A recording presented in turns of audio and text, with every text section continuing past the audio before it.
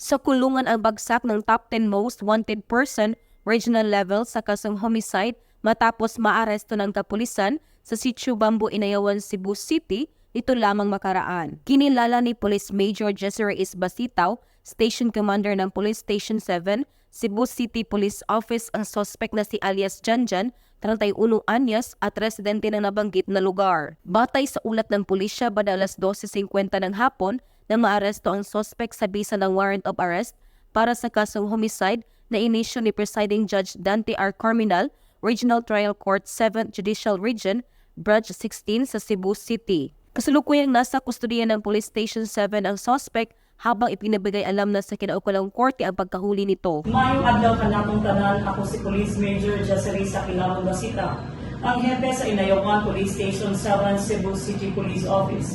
Personnel of this station were able to successfully execute the warrant of arrest issued by Judge Dante A. Carminal of RTC Branch 16 in Cebu City against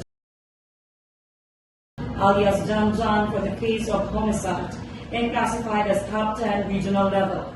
Rest assured, the Police Station 7 will continue with our commitment to fight against all forms of criminality.